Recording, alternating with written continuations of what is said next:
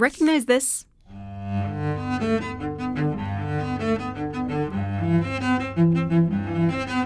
It's been used in hundreds of TV shows and films. It's so famous that if you can't remember this, you can just Google that famous cello song and it will invariably pop up.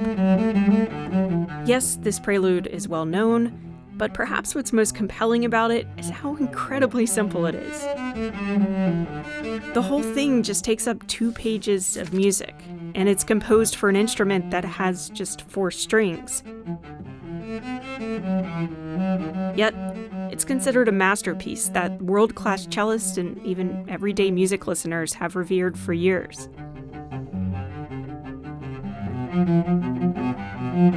So, what makes this composition so memorable, timeless, and beautiful? Well, that's what Alisa is going to help me deconstruct. My name is Alisa Weilerstein, and we are talking about the prelude from Bach's first cello suite in G major.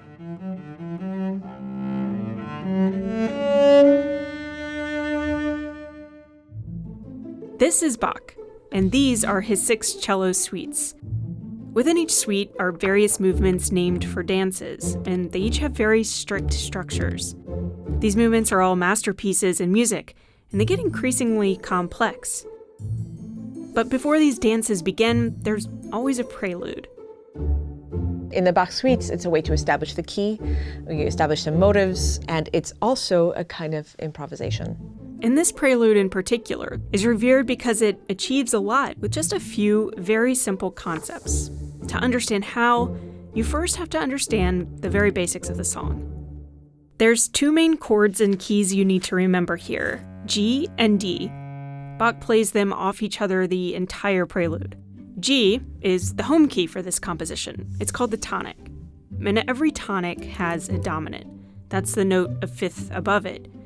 If this is all going in one ear and out the next, don't worry. Just remember this. The tonic and the dominant work really well together. Where the dominant represents tension, the tonic represents release. And the cello is the perfect vessel to showcase this relationship.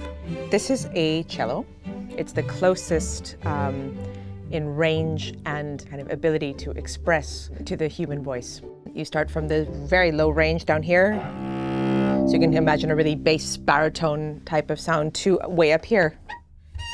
Or this is a really violin range. Because the prelude is written in G major, it allows for a lot of open strings on the cello, which give the song a very natural resonance. An open string means that it's I don't stop it with a finger. So if I do nothing with my left hand, this sounds a G.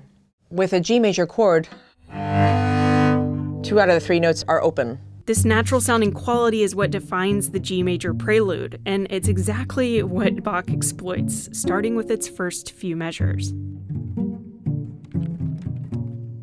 During the first half of the composition, Bach is constantly arpeggiating chords. It's a simple technique that enriches the harmony. So this would be a G major chord, and then arpeggiated. There's a separation between the notes.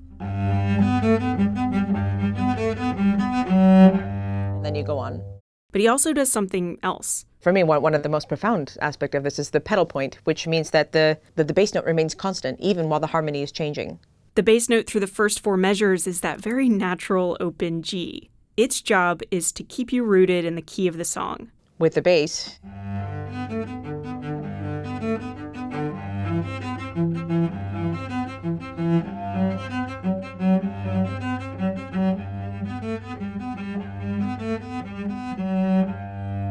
so then you have that gravitas in there even while the harmony is moving around. After these 4 measures, though, things start to shift. Bach starts to pull the song away from the tonic to the dominant.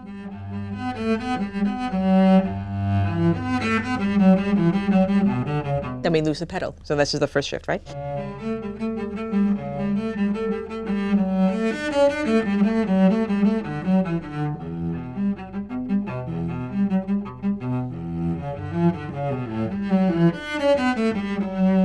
And then here, we land a D major, the dominant.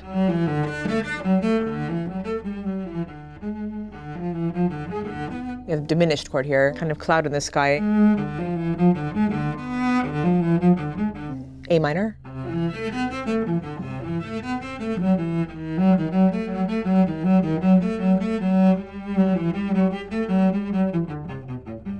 Then we climb again from here. Just like that, we're back to that familiar G pedal point. Listen for the bottom G.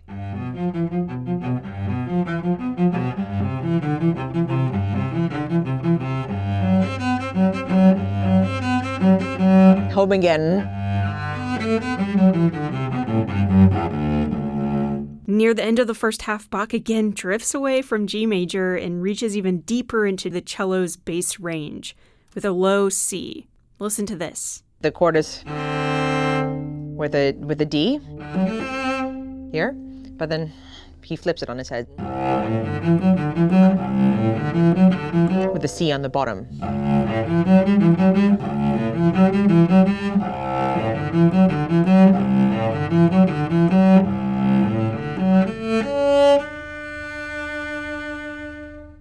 By the end of the first half, Bach has pulled us completely into D major. He's warming our ears up for the second half of the composition, which is all about exploring that dominant key.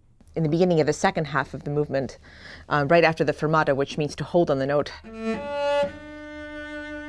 then you have a very improvisatory section coming up.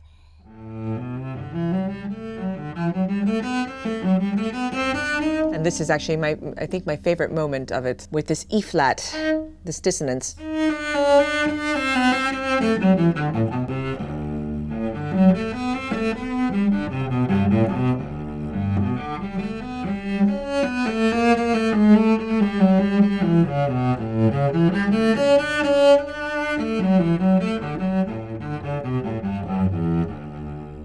And all of that just to get to D major. We know that we have to get back to G major somehow. How are we going to do it? Now we start to kind of climb down. C, B, A, still in D major. Bach pushes us more firmly into the world of D major with a technique called bariolage. It's when you're making string crossings, and it's actually supposed to kind of create this kind of feeling of disorder. We have a constant open A string, which is this. It's only one note that we're just repeating over and over again, and this is what causes all this mayhem, right?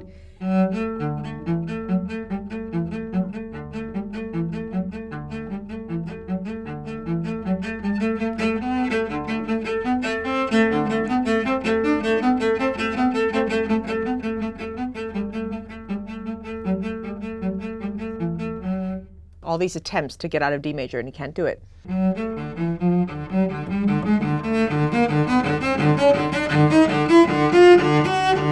Now we're in G major.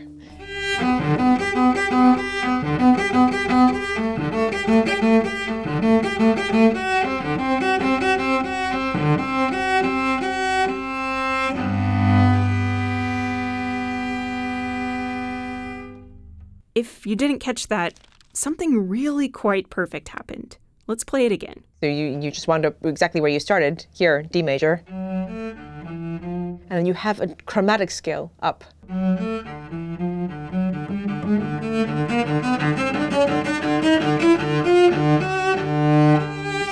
And you land on this high G here, and that's when we feel this kind of ecstatic feeling. Leading up to G major's big reveal, Bach brings back that familiar pedal point from the intro.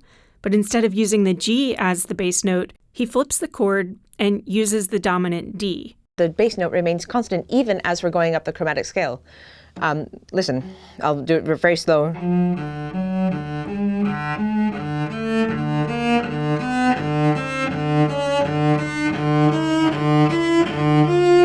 Okay, now I know where I'm going. And we're so happy about it that we have to just keep kind of wandering around it.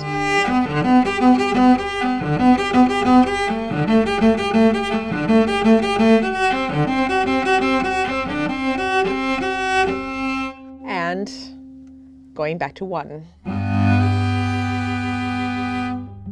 Cellists all over the world wrestle with this prelude, and the cello suites as a whole every single day. We cellists, we always feel sort of unworthy of it. The music is so pure, so sublime, so emotional, so intellectual. They must be played, and yet we feel like we can't really ever do them justice.